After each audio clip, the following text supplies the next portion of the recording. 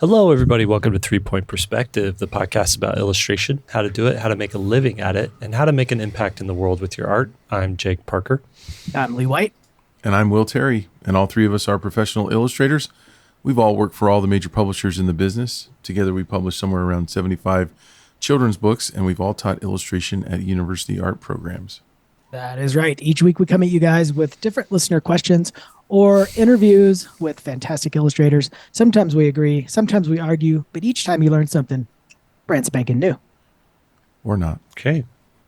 No, they do. Have to. Yeah. We have gotten this question. It's come up on the SVS forum a couple times. And now we've gotten this question too from one of our listeners. And it's about Cricket, the magazine company, right, that does the children's magazines. Mm-hmm. This is what the question is. Can you guys touch on the whole Cricket magazine thing? It's been brought up twice on the SVS forum, as I said. I'm currently waiting, and I assume this person wants to remain anonymous. I forgot to check that, so we're gonna keep them anonymous. I'm currently waiting on a couple payments. I emailed the senior director and the rights and permissions manager several times, whom I originally was in contact with the contracts, and they ignored my email. Finally, accounts payable responded with this. Thank you for inquiring regarding a payment due from Cricket Media. We would like to make you aware that we are currently in a tight cash flow situation and are working diligently with our internal management team to prioritize and process payments as efficiently as possible. Part of this process includes the implementation of a recurring payment schedule flow and are aligning your invoice to confirm a time frame the payment will complete. We will notify you once the timing of the payment is scheduled. Thank you for your patience as we work through the temporary state, and we want to reiterate how important your contribution service is to us and appreciate your understanding. Sincerely, Cricket Media Accounts Payable.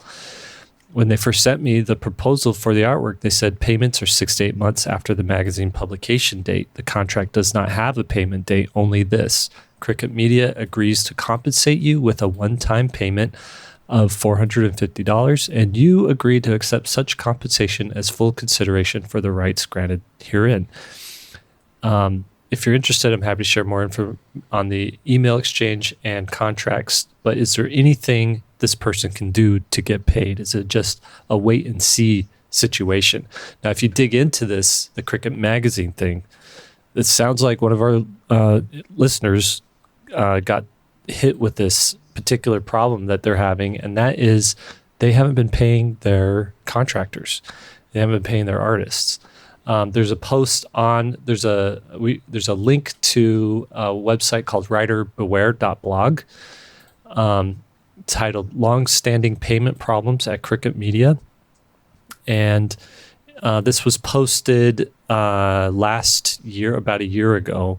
But if you go into the comments section, there's comments that are a month old. And this one person says, I had a story, The Nightingale, published in the May-June 2019 issue. I signed a contract that states I will be paid $680, but I was never compensated. It was a thrill to see the story in print, but the experience soured a little over time as no payment was forthcoming. So 2023, for work done, haven't been paid yet for work done for a 2019 issue. Another post posted 2 months ago. It says, I had 4 poems published in Spider magazine. Spider's another magazine affiliated with the Cricket Company. These 4 poems were published in the years 2008 to 2014. I still haven't been paid for one of them, 9 years later. I also recently found out that they republished 2 of them a couple of years ago. Thank you for publishing their current publishing agreement. And this post goes into that publishing agreement. Does anyone know if this has changed over the last 10 years? And then you can go on and read more about what's going on here. And what it sounds like is there is a cash flow problem happening at this magazine. Magazines have been hit hard over the last 10 years with more people just going online and not subscribing to magazines as much. And so I'm wondering, I don't know exactly what's going on behind the walls of Cricket, but what do you do if you're an artist in this situation where they won't pay up. You can't get them to pay. What would you guys do? It's tough. With Cricket, I hate to badmouth Cricket because I've done a bunch of work for them Mm-hmm. and Spider and Baby Bug and Ladybug. Did they pay you? They did, but they've had this problem for literally years. And Okay. you'd think that, oh, it's a temporary cash flow problem. They just got to figure it out. No, it's just permanently It's a the chronic way cash flow it's- problem. Yeah, and it's just the way sort of Cricket runs. And I just don't understand because I don't see any other company asking artists to accommodate a payment that is so incredibly late. I mean, we're talking like a year. And if you do work that, they don't pay a lot anyway. So say you're getting $650 and then you got to wait a year for it. It's just, how are we supposed to make a living from that? I just think it's the weakest thing. I don't know what they got to do to get out of that, but it seems like they haven't done enough because it's a constant recurring thing. I mean, this was happening in 2013, 10 years ago. Mm-hmm. And it's still here now. That's inexcusable in my opinion. They can't treat, I mean, oh man, I hate saying something like this, but I think everybody should just boycott them and say, no, we're not going to do any work until you can pay a normal 6 weeks after I do the work. That should be the absolute max. And if everybody stopped contributing, well, we'll see how quick their payments would come around. But they're not going to, because if you're a beginning illustrator, then you get the call from Cricut, you're going to do it. And then you're going to be upset about it later when you don't get paid like everybody. Yeah. Yeah, I think that subscriptions are down on all magazines. And, I mean, magazines have been dying for the last, 15, 20 years. Mm-hmm. So, yeah, there's really no leverage that you have other than to say, I'm not going to work for you in the future. I mean, because... Right. But the one thing that you can do is people tend to, listen, take care of the squeaky wheel first. So if you're sending them an email every week or every couple weeks saying, I understand that you're probably having money problems, but I really need to get paid. And you just send that email over and over. You might actually get paid before someone else because I wonder they if you wanna just make you have go an away. auto send. You just have an auto send. Please send this email to this address once a week until I hit stop. Yeah. Right. I had two clients. One was like, hey, we don't have enough money to pay you in full right now. So can we just pay you half now and half in another month? And the problem with that is if you accept that, which I did at the time, I was like my first year as an illustrator. In a court of law, you're actually paid in full. Did you know that? On a partial payment? How does that work? Because the client can go into a small claims and say, we negotiated down because we were having money problems and they were willing to take half. And The paper trail wouldn't back that up. They'll almost always win because you accepted. I've talked to attorneys about this. Like, don't ever accept a partial payment. So, But isn't an advance a partial payment? I mean, that doesn't make any sense. that's a different thing. I mean, an advance is against future royalties. So, you could sue them if they breach their royalty agreement. But like, from what I've been told, if you negotiate on a price and then you accept a lower amount, it's easy in a court of law for the judge to just say, well, you guys worked it out between yourselves and they were having money problems and you agreed on this lower payment, case closed right there. I'm going to disagree. Sometimes we argue that would never hold up in court. I'd love to hear from a lawyer, but if you've got a contract stating that this is the amount you're going to get, and then you have emails that say, hey, we can only give you half right now, we'll give you half now and half, then you have every bit of evidence to prove that there was no an agreement reached like that. There's no way a judge would say, well, you probably did this despite having written proof that you didn't. You'd go to court for I'm looking it up $680 right bucks. now. I'm going to see if I can find something online. That's the question, Jake. That it wouldn't be that you'd lose in court. It's that, do you actually want to fight it? And that leads to a more broad question, broader, is that a word? Mhm. A broad question of how valid are contracts anyway. I take the very unpopular view that contracts are not worth anything, in my opinion, because of exactly what you said right there. How much can an illustrator say a client doesn't pay anything? Like you Mhm. negotiate a $10,000 job, client doesn't pay. Well, now you have to basically quit your job and go after them. And sure, you might win in 10. I think of the copyright breach thing that happened to, what was that studio? Modern Dog. Sony. Oh. Modern Dog. And this was years ago where they had a full on, this is a super successful graphic design company. And they had some of their designs just blatantly stolen and printed and into t-shirts and whatever. And they went after them and it about closed their doors. I mean, they about lost their business trying to get this super obvious breach of contract or this was, in this case it was a copyright claim, but same thing with the getting paid. Like it would involve every bit of your resources, every bit of your time to go after this. Mhm. And so who's going to do that for, and we're talking about a big job. So now go back down to like a $1,200 job or a $600 job. Nope. If they don't pay, your contract is worthless, in my opinion. Now, I know there's some people that are going to spin when they hear that. I think immediately of David Hone. Contracts are great. I'm a big advocate of getting things in writing because it just proves what intent is. But man, if Yeah. somebody wants to bail on it, what Well, do you do?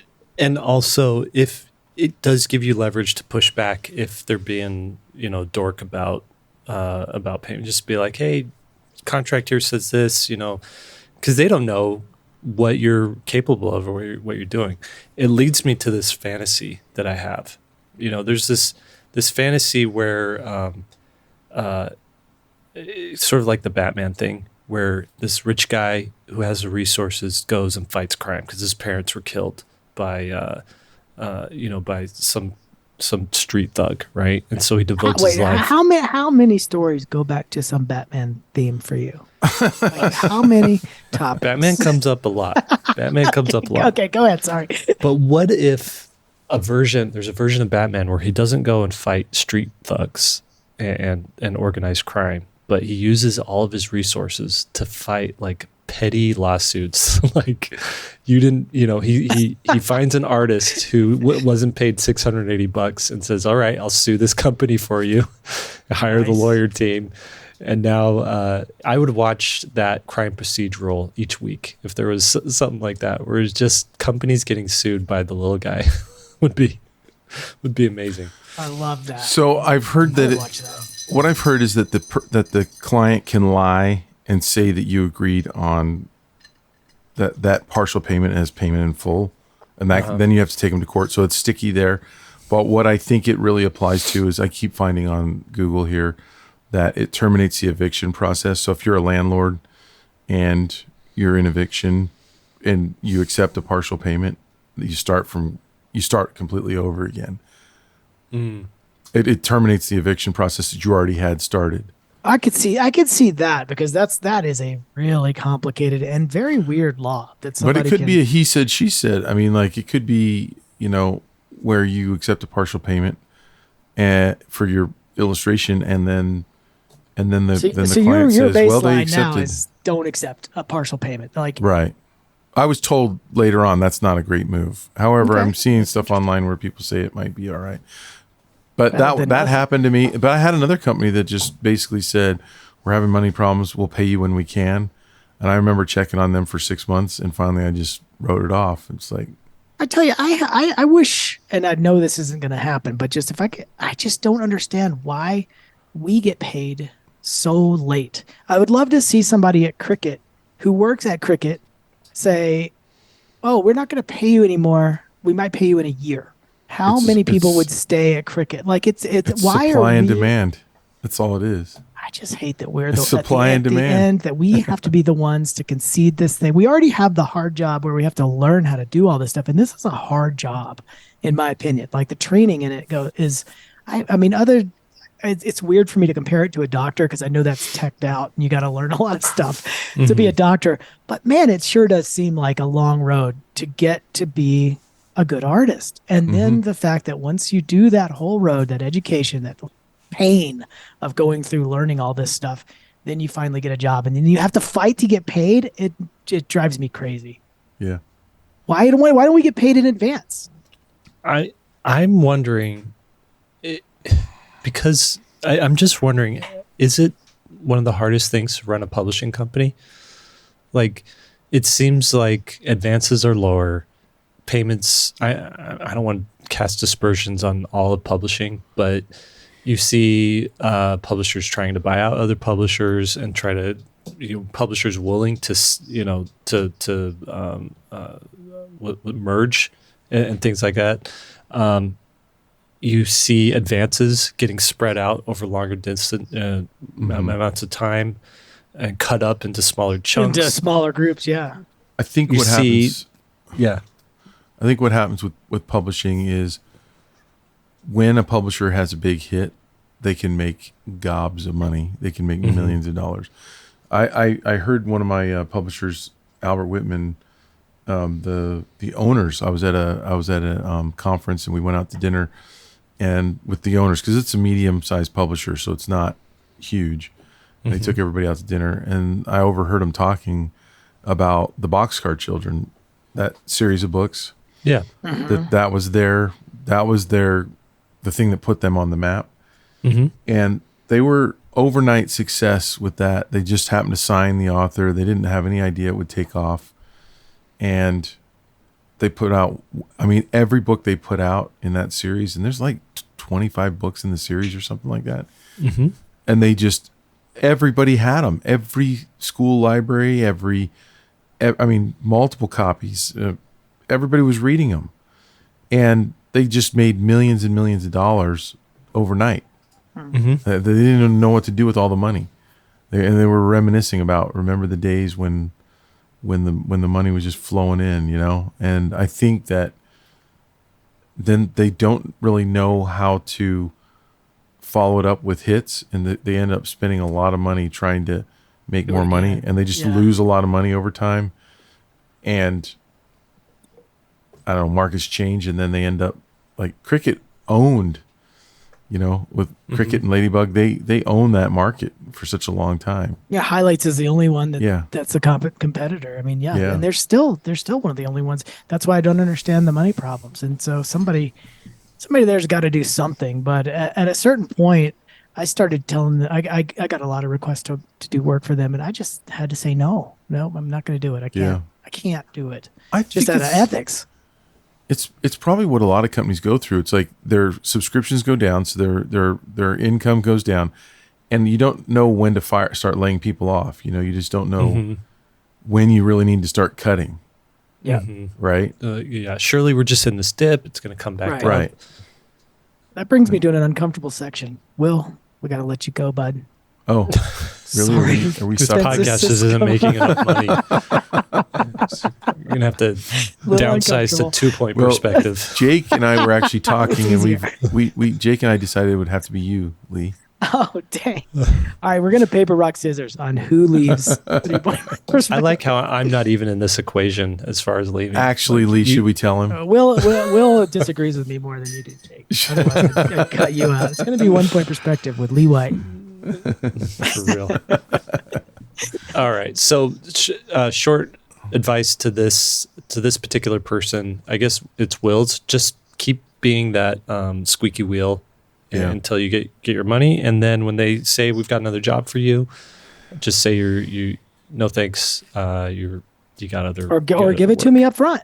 Pay me up front, and I'll do it. They'll probably say no, but asking it comes down to asking for what you want. And we in our profession, it's kind of strange where we are always sort of apologizing to everybody about how we conduct our business. We are the last, like I said, we're the last ones to get paid. We are uncomfortable asking for what we want. Oh, they're going to think I'm a I'm a difficult person to work with if you just ask for what you want. And it's not that way at all, because every time I do that, and I've learned this over years, I had the same problem early on in my career, but every time I've done that, it's like when I signed with my last agent, oh, here's how much we take out of your thing. And I'm like, I'm farther along than that. I've got all these relationships already built.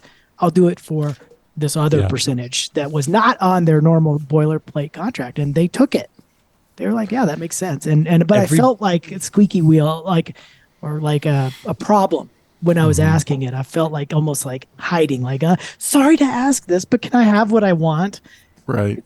Ridiculous. every person has inside of you a little Miles Finch. You know who he is from Elf, An angry elf. the writer that they hire, right? That they hire to come in and Right. and Here- he okay. walks in. He walks in. He's like, "All right, where's the money?" Right, And they here's pull what I out an want. envelope. He sticks it in his lapel pocket, and then he gets to work. Yeah. Love So it. dig down, find your Miles Finch inside of you. It's so funny. That movie, we quote that movie. So there's two movies We do too. constantly being quoted in our house, and it's Elf, and it's A Wonderful Life. we're always joking about those two ones. It comes So- up. It comes up a lot. There's some one of the funniest things is a real subtle thing, like when he's congratulating the cafe for having the world's best coffee. He's like, "Oh my God, you did it!" Yeah. So we do that all the time when we're traveling and we're reading these signs. Like, "Oh my God!" Like there's a restaurant in Atlanta that's Philly Connection. They're the cheesesteak champions, and so we go in and we're just like, "Oh my God, you did it! You're the champions! You won the cheesesteak competition." All right, Lee, you like fantasy scenarios, right? I don't know where So I'm we're gonna going kick with you- this. I'm I'm gonna not kick saying you one. yes. Well, you kicked me one the other day. So you're Okay, you're starting hypothetical. out. Okay. Yeah, hypothetical. You're starting out your illustration career, and all you want is to get some actual work to put in your portfolio. Cricket Magazine calls you up. Now, you know that they've got money problems. You've heard in the grapevine, right? But you get to do the cover. Lee, we want you to do the cover. Right. And maybe they even tell you up front, we probably won't be able to pay you for a year, but it's the cover. Yeah, no, that goes right along with my 3 reasons that you take work. He'd do it. Jake. You have a he would do list? it. I have a list. He It's would do 3 it. reasons that you take work or you contemplate of should you take work. One of those is it pays a lot. So cricket's not part of that. 2 is it offers you the ability to try out a new style or be creative. So it does offer you that. And number 3 is it gives you exposure that you didn't have before. Mm-hmm. And so it feels, if you can fill 2 out of those 3 with any job, it's a yes in my book. Now, And what is sometimes a yes early in your career will become a no later Yeah. because it doesn't give me more exposure than I already have at this point. But at a certain point, I did do that. And by the way, going back to asking for what you want, when I was working for Cricket Magazine doing interior illustrations, every single time they gave me a job, the first thing I would ask is, "I'll do this if you give me the cover as well." And they said no. And then they said no. But every time I'd be like, "I'll do this if I get the cover." And finally they were like, "Okay, you can do that. If you do this interior story, you can have the cover eventually." I mean, it was probably worked for them probably 8 times before that happened. Wow. And then I've done a bunch of covers for them. So I just kept asking. I mean, it was completely unrealistic for me to ask to do the cover when I started asking that question. But what the worst they could say is no, right? Lee has a Sweet. very giant Miles Finch inside of him. That's Oh yeah, That's I'm what you gotta basically know. Miles Finch. I'm an basically angry elf. am. Next question. Hit it. All right. Let's do this. Comes from Mark. He says, "Is cartoon style still in?" Let's see here. I lost my job as a full-time character illustrator for slot machine games in casinos, which require very detailed and realistic illustration. He says he can't share any, though. He says, which I guess I didn't have enough interest to master.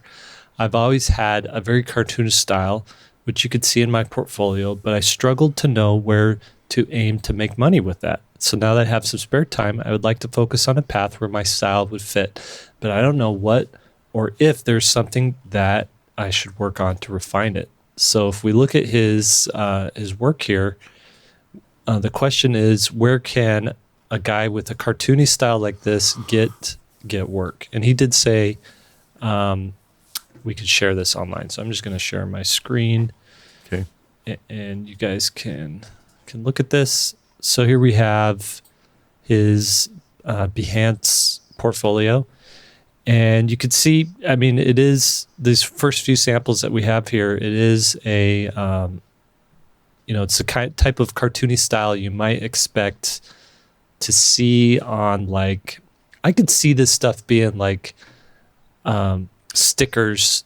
Stickers that you might see at like Hot Topic or something like that, right? Like this is different horror characters like Freddy. What's his face from Silence of the Lambs? No. That's Jack. I think that's Jack Nicholson. Jack Nicholson from. I deliberately did that to poke your butt because you were telling me I have to see this movie. Yes. What's it called? One Flew Over the Cuckoo's Nest, or The Shining. There we go. Jack Nicholson.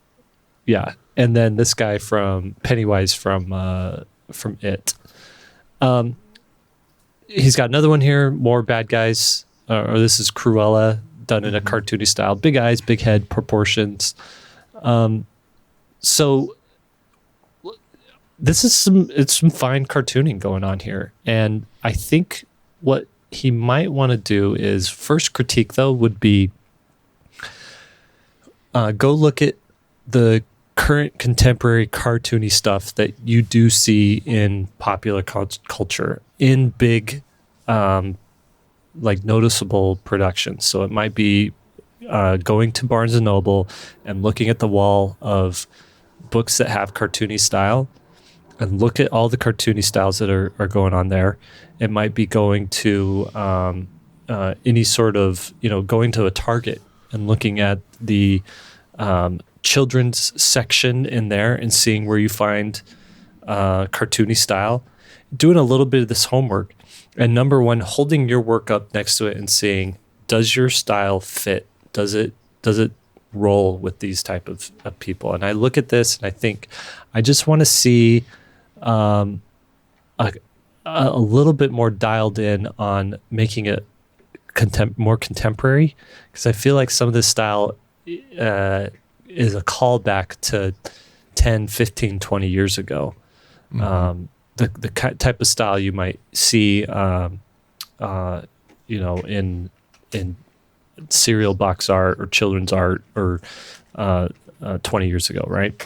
So just make sure you can make the contemporary style and you can adjust your style for that. And then you start figuring out who those artists are, who represents them, what rep agencies are representing them. That's going to take a little bit more homework as well. And that's going on Google and looking at, searching LinkedIn and Google for art rep services, and then going through and seeing what the art styles are in there and who's getting top tier representation and who's the one that's getting shout outs and whatnot from their reps. And that would be your avenue into finding work for this more cartoony style. Now, if you can't find anything and you're looking and you're just coming up empty with all this stuff, then that's going to answer your question. Is there room for cartoony work right now? And it may be that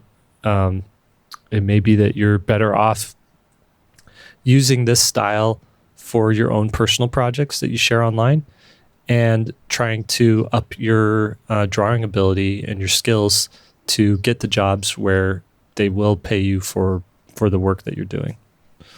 I think he's also asking the wrong question, because I think he's saying, I'm making this art, and then he's asking us to tell him where it would fit in. I think what you should be doing is saying, what do you want to do?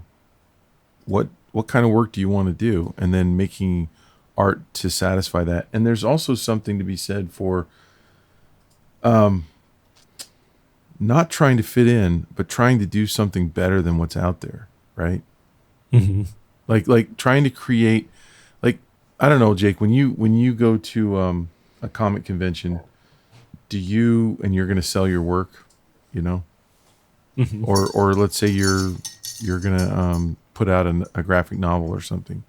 Mm-hmm. Are you trying to fit in, or are you trying to do something that hasn't been done before that you feel is better in a lot of ways than what's already out there? Yeah, I'm always trying to push it to be at least better than what I've done before, but to be in that realm of does it either fit in or does it advance like the culture of that of that style? Right. And that's what I did with my comic convention brand, Little Heroes. I was like looking around going, everybody is doing the superheroes, and they're just basically doing their style of superhero. What can I do that's totally different than that? And finally it was, I'll write a story and come up with a clever story that is what would they have been doing when they were young, when they were a kid, when they were a baby, and how does it apply? So Darth Maul doesn't have a double lightsaber; he's got a double a double baby bottle with nipples on both sides, right? So it's something that you've never seen before. So that's where I think, as artists, you don't want to look to where you're going to fit in. You want to try to figure out how you can invent something that's new. I don't know. There is also a tried and true method of seeing what is working and making something that works like that. Like when John Klassen showed up on the scene and won a Caldecott for "Don't Want My Hat Back" or an honor or whatever he won. Next year, 2 years later, 3 years later, you start seeing people who are doing that kind of style popping up a lot more, and they're getting work. They're doing it because they saw what the market was wanting and what was rewarded, and were leaning their way towards that as well. That's a good point. Well, what you're saying there is it's better to be the pioneer than the follower. Well, you want to be sort of both in a weird way. Like you want to fit into what's current, because you don't want to go too far ahead and all of a sudden you're out, in no man's land if you're too far ahead of the curve. And so you want to basically take what's out there and then update it and twist it to where it truly is yours. Exactly. Yeah, exactly. Otherwise, you're just going to be the poor man's John Klassen, kind of thing. But it does speak to, the common denominator. What you're saying there is you do need to be current. And I do think I agree with Jake that it feels that work felt a little bit dated on what it looks like. I'm not seeing a lot of cartoonists that draw like that anymore. So if a client sees that and think, oh, this isn't what is current anymore, that's a kiss of death. And so you have to constantly be updating your skills, not to follow the market per se, but if there's a problem with it, then you may have to look and at least see what's current and then say, okay, how am I going to adapt to a changing market? Because at the end of the day, when you're a pro, we have this weird kind of romantic notion of illustration that we're just artists and we just go make stuff and then people buy it or whatever. But there is a market, and you have to, just like any business, the clothing companies have to come up with what people are going to wear next year, right? And they have to fit into sort of, they want to be ahead of the curve, but only slightly. And they have to change with what people's buying patterns are. But I never hear artists talking about that we have a market that is buying work and they expect a certain thing and you can't deviate too far from it. We kind of say, I just draw what I want to and I hope it sells. And it's just a different model. If you're trying to be a pro, you have to acknowledge, even a gallery artist, if you show at a gallery and you don't sell anything, see how quickly you get invited back to that gallery. They still have to sell it. So there is a market, even though you're making work that is not predefined by a client. There is an end market if you're going to be a professional artist, and you have to acknowledge it. Right. And maybe what I'm saying is, trying to say in a different way, I'll say it in the way that I usually do, which is, he's leading off with Pennywise. So let's look at his Pennywise. It's his style of Pennywise. But if you Google illustrated Pennywise, you're going to see 1,000, right, a couple hundred Pennywises in different styles. Why do I buy yours? Give me a reason to hire you over anyone else that's doing Pennywise. What's unique about it? Is there a twist on the story? Is there something that you can bring to the table because it's very good. It's done really well, but so are all those others. Right. You have So- to figure out a way to get them to hire you instead of all those others. So there's a word we've been talking about a little bit. We kick it around our company every now and again. It's called your competitive advantage. Mm-hmm. If you do it Pennywise, what is your competitive advantage over everyone else's? How did you do it different? And if you can't answer that, you need to go back to the drawing board, literally. Figure it out. Like Will's Yeah. littles, I thought that was a great competitive advantage. There's nothing like, you can't see those littles and say, oh, it's just like these other ones. You know what I mean? It was they're just the tone of them, the media, the concepts, they were all very specifically yours. So I thought it had a good competitive advantage because it was specific. Yeah. I'm just going through and trying to find like some more contemporary cartoon styles. So I don't know that market that well, so I'm definitely not the one to ask. Yeah. Well, essentially it's like, it's all, I mean, if you just turn on Cartoon Network, I guess there isn't like any sort of contemporary cartoon show, hold your work up to next to that. And that is what is influencing everything, essentially. I'm just going to share my screen here. So you could see this is some cartoony style that was designed for this coffee packaging, right? But you look at these bold colors. There's not a lot of strong line work. It's more shape based. Mm-hmm. Okay. This is more cartoony, but this is definitely very contemporary right now. We got this one. Again, Same thing, more actually. shaped based. Mm-hmm. Yeah. Right. We've got this one. We've got look at this one. This one does have line work, but look at the proportions and whatnot. Mm-hmm. This is again, I feel like a little bit more corporate, but who has the money right now? I think the common denominator here, though, is it's designed in a different way. It's Mhm. shape based and I hate to say stylized in a different way than the artist asking this question, but it is stylized different. It's a different look. I hate to say it, we're almost going back. Well, Terry, let me ask you this question. To the if you pulled out a black book of Illustrator or CA annual, Communication Arts annual in 1987, we're going back to that look. Yeah. You remember? Yeah. Yeah. I mean, what's old is Things new, and what's new just is old. recycle, yeah. The small head, the huge body. Big body, yeah. I'm gonna go right to Brad Holland and just start throwing that out there. It's beating the market by 2 years. If you guys don't know who Brad Holland is, look him up. You'll see what's coming in 2 years. My prediction. Okay. Next question. You guys ready for this? Here we go. Let's do it. I'm not ready. Wait. Okay, now I'm ready. I want to do everything. Hello, guys. As the title suggests, I love making art in its many shapes and forms, especially drawing, but not excluding things like embroidery or jewelry making. The thing is, I find myself unable to stick to one thing to pursue as an income path. One day, I'm convinced that concept art is the way to go. And the next day, it's going full into children's book illustration, painterly cover art, comic, and so on. The same struggle, of course, applies to my art style. To put it simply, I love drawing, but I have no idea where to go with it, as can be seen on my Instagram. I don't post all of the diverse stuff online, but I'm dropping my IG name if you want to look at it where I'm at. Do you have any tips on how to choose a path and not look back on the other options you've left behind? Thanks. Love the podcast and want to say I really enjoy your personal stories. Yeah, so I don't know exactly how to pronounce this name. It's spelled Vojte with a little loop on the top, CH. Vohe. You guys want to take a stab at pronouncing that name? Vohe.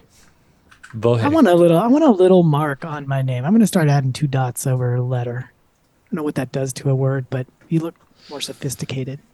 Yeah, you'll be Lee. We'll call you Le. That's so Le stupid. White. Yeah, I will say this. Jake and I were having this conversation just like over the past couple weeks, ever since we interviewed, what's his name? Benji Davies. Mm-hmm. We can't answer this. We can't focus on anything. Yeah, but we say that, but we have been able to focus at some point. Like, so when I chose animation as a career path, my answer to this would be, you have to get good enough to do one thing, to be able to be paid. If you want to do this for a living, you have to be good enough at one thing that you can be paid full time to do it. Okay. Then you can start doing other things. Then you could start doing it. So, Yeah. and your question is how do I not look back? Tell yourself in your mind that you're not stopping this. You're not leaving it behind in the dust. You're just pausing it. So let's say we're looking at your art. I think your best candidate of work. You'd be the best candidate for like concept art, character design for video games, something like that. So what I would do is dial this in even further, going in there, making sure your character designs look really good and contemporary. They're nicely lit, nicely rendered. You're doing front, side view, back views of these characters, and you're putting together a character design portfolio, and then go get work doing that.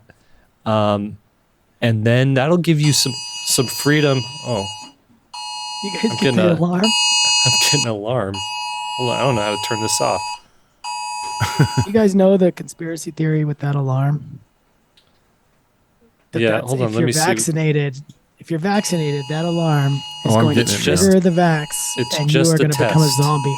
Yeah, they're doing like 2 of those today. It's activating my COVID vaccine. You're like a zombie all of a sudden.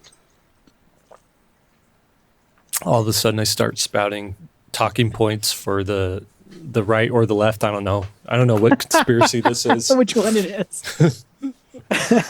All right, sorry about that interruption, but where I was going with that is ultimately you have it within you to choose a path. The main problem is, how do you feel bad? How do you focus? How do you do that? I would say psychologically approach this from, I'm going to do this main thing, but I'm always going to leave a little bit of time for this other stuff, and just say one day a week I'm going to follow my whimsy and do whatever it is that I'm, whatever my fancy is that I want to do. Whimsy, fancy, you follow that. But the majority of the time is focused down this path, and you know that you're doing yourself a favor. You're like doing the hard work to go down this path and to do a thing that you actually do love and appreciate, because it's one of the things that you've done before as a side thing. Make it your main thing, but still keep a little bit of time on the side left for doing those other things and for exploring and learning. The way I approached that was I chose animation. The reason I chose to go in the animation industry is because I knew for the same level of artistic ability as is needed for illustration, for freelance illustration, or for comic books, or for publishing, animation paid the best out of the gate and gave me benefits and gave me kind of the stable income, because that's what I was looking for, because I had young kids, and I wanted to make sure we had insurance and health insurance and all that kind of stuff. While I was doing that, I always kept time on the side to make a comic book, to make, to put together a cool project, to collaborate with someone on a video game or something like that. As long as my bills were being paid, I felt comfortable going down those avenues. And then every once in a while, one of those side projects would turn into a main thing. And then I'd go follow that and chase that for a little bit. But if you're just spinning around, not really going deep on any one of these, you're not going to get good at any of them. You have to know what it feels like and experience what it's like to go deep on something. Mm-hmm. Shoot, I get the call. I was going to say, I think what happens when you're starting in your career is you see what's right in front of you. Mm-hmm. You don't really see a decade, 2 decades, 3 decades down the road. Mm-hmm. I started in editorial illustration, and once I got my feet firmly in that door, I was like, wow, I didn't see this happening. I went into illustration. I didn't know where I was going to land, but this is my home. And I remember, I was getting 15 or 20 magazine jobs per month for the first, I'm going to say, 3 or 4 years. Mm-hmm. And then in about the 4th year mark, I started getting advertising work because I started advertising in the showcase and workbook, which were source books for illustrators. And so then I started getting Pepsi and Target and FedEx and doing ads for those guys and stuff, and a whole slew of others, M&M Mars and stuff. And I was like, oh, I guess I'm an advertising illustrator who also still has these editorial clients, because the advertising was paying amazing, right? And even though I didn't really like the work I was doing, I was like, I started getting to know advertising illustrators, and I saw their houses and like how much money they had and everything, and I was like, oh, so this is where I'm going to be then. I'm an advertising illustrator. Then the opportunity to do a children's book came along, and I begrudgingly took it, and I had so much fun doing it. I was like, and I was starting to get sick of advertising work. Now I'm a children's book illustrator. And for the next 20 years, I identified myself as a children's book illustrator. And then I started doing that comic convention brand. And then I started doing SVS with you guys. And then I wrote What They Don't Teach in Art School. So I became an author. And now I'm writing my Pickleball Paul series and illustrating it. And so you can have many careers that are overlapping each other, that come and go. Some of them will stay. And I think you're right, Jake. The most important thing is that you master something and start getting work in one of those fields. And then if it turns out that it's not really satisfying you, or you're not making the kind of money you want, you can always leverage that experience and that talent that you developed and take it into other markets. Exactly. I don't even know any illustrators who have worked for 30, 40, 50 years and just done one market. It's true. I don't think I know You anybody. just slowly change. And it would be terrible if you just stuck with the same thing over and over. But the way I answer that question is how I answer it for students is have your A gig and then your B and your C interests. And your A thing should be what you spend about 70% of your time on. The B thing is 20% of your time. And the C thing is just a smattering. 10% of your time is just messing around with that. And that's a nice, healthy balance, because you really move forward with the big thing that is getting you work. And then you're still interesting because you have a secondary interest and you're growing in other areas outside of the main thing you're doing. And so, it's just an easy way to try to balance your time. So when I'm coming up with my weekly schedule, that's how I try to balance it. Here's my main thing. Here's my secondary thing. And sometimes that's going to get skewed. But you just got to realize what it is and come back to it. Yep. Yeah. Great. Well, that sort of wraps up this episode. Should I take us out? You need to rap when you say that. Okay. You shouldn't have said those words, Lee, because I will Please do it. don't do it. Do it. Don't This do it. is gonna take us out. Yo, it makes me really want to shout. It's been fun hanging with you two. Now I gotta go and do my work. Go draw something. Yeah. Oh my gosh. Sorry, All right. If you're everyone. still listening at this point, put a microphone emoji symbolizing my mic drop. All right. Thank you for joining us, everybody. 3-Point Perspective is brought to you by SVSLearn.com, where becoming a great illustrator starts. Your hosts are Will Terry, Lee White, and I'm Jake Parker. You can find Will Terry over on Instagram at Will Terry Art. You could find Lee over on Instagram, Lee White Illo, and I'm on Instagram at Jake Parker. Special thanks to our podcast producer, Daniel Tu. That's Daniel TU, and his website's daniel2.co. Special thanks to our show notes wrangler, Lily Howell, for all of her work to get these show notes out to you every day. Super helpful. Thanks to our keeper of the curriculum, Austin Shirtlift, and our producer or our administrative production, whatever. Thanks, Lisa. for everything you're doing. Keeping the lights on here. That's it for us today. Now go draw something. I'm entering a contest with my agency right now. This should be good. When I enter something, my OCD fully kicks in. Like, it's funny because there's a contest at my agency to see who's going to get the Christmas card that goes out to all the publishers. Oh, interesting. And the second I'm like, I mean, I was thinking about it. I haven't really made anything for children's books other than the dummy. Like, most of my images don't actually appeal to, like, I've even taken kids out of the images, really. I'm not doing a lot of kid-based work. I was like, all right, I'm going to enter this thing. And immediately I thought I'm going to win.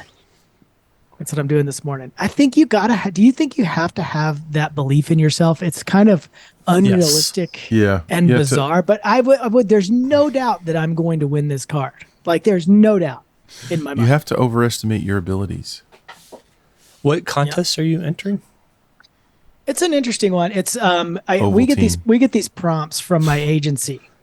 And I never enter them because I'm just like, what am I, some kind of chef? I'm not making you a goddamn hamburger if you just order a hamburger.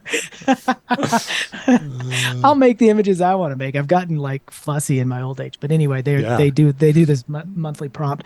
And this one, they're doing a Halloween one, which I'd love to do, but I just don't have time before that one. But they're asking for a Christmas submission.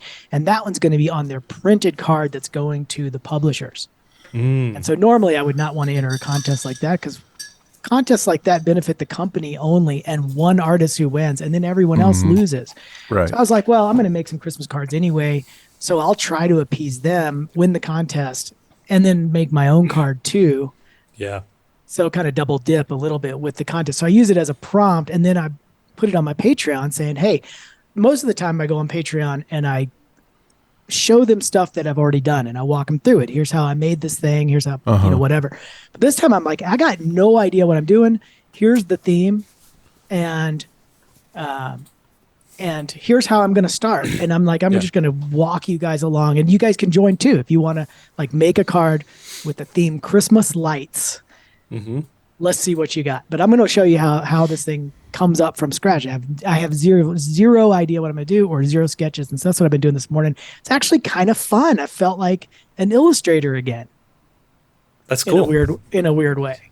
Yeah.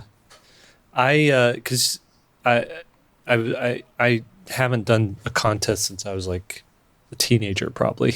I don't know. Right. It's been an art contest. It's been a while, but I saw that Pokemon actually has a contest to design a Pokemon for their card, for one of their cards, right? You could submit up to 3. And they did it 2 years ago. They opened it up to the US. Usually it's just a Japanese thing, but they opened up to the US and now they're doing it again. And I think I'm actually tempted to like draw a Pokemon and put it into that thing. Because honestly, that would be a sweet gig. Because I think if you do get to a certain level, they'll tap you as one of their Pokemon artists, and you might get some work. So can't go wrong with that, man. I mean, plus, cool. What's not to love about Pokemon? It's kind of a non sequitur, but based on Japanese things, it's a very loose transition. Great. It was a messy, sloppy transition. Last night, keep going. I've never had, if you've ever had Korean barbecue, that's fairly common in every city. But last night was Emerson's birthday, and so my son, if this is a banter that makes it to the show, we went to a Japanese barbecue place. I didn't even know what it means, really. But it's like, you've been to Korean barbecue where you've got the cooker in front of you? So it was similar to that, except for a little bit more Japanese inspired, I guess, flavors and offerings or whatever. And it was probably the second best meal I've ever had in my life. Oh, wow. It was so good. And did you eat just the right amount or did you eat too much? No, in Japanese culture, less is sort of more. They're not like the Americans where like, hey, do you want a biggie fry? No, I don't. So I had exactly the right amount. It was amazing. It wasn't too expensive, but if you ever get the chance to go to Japanese barbecue. I don't know if that's offered in where you guys are in Arizona, but Probably dang, it was have some so here. good, Cal, look it up. delicious. Anyway, that's my Pokemon Japanese story. barbecue. Speaking of Pokemon, have you ever had Japanese barbecue? Well, say what would Pikachu taste like? That's the title of this episode. Episode If you're listening, 179. if this What would makes it to- Pikachu taste like? If this makes it to the show, put a Pikachu emoji. Is that an emoji you can even? No. Put a Japanese flag emoji. That'd be good. There we go. There we go. Or just a sushi emoji. I think that's an emoji in there, isn't it? Oh, absolutely. Yeah. Oh, yeah. Let's do that. There's sushi emojis. All right. Should we dive into this? We probably should. Let's dive. Let's go.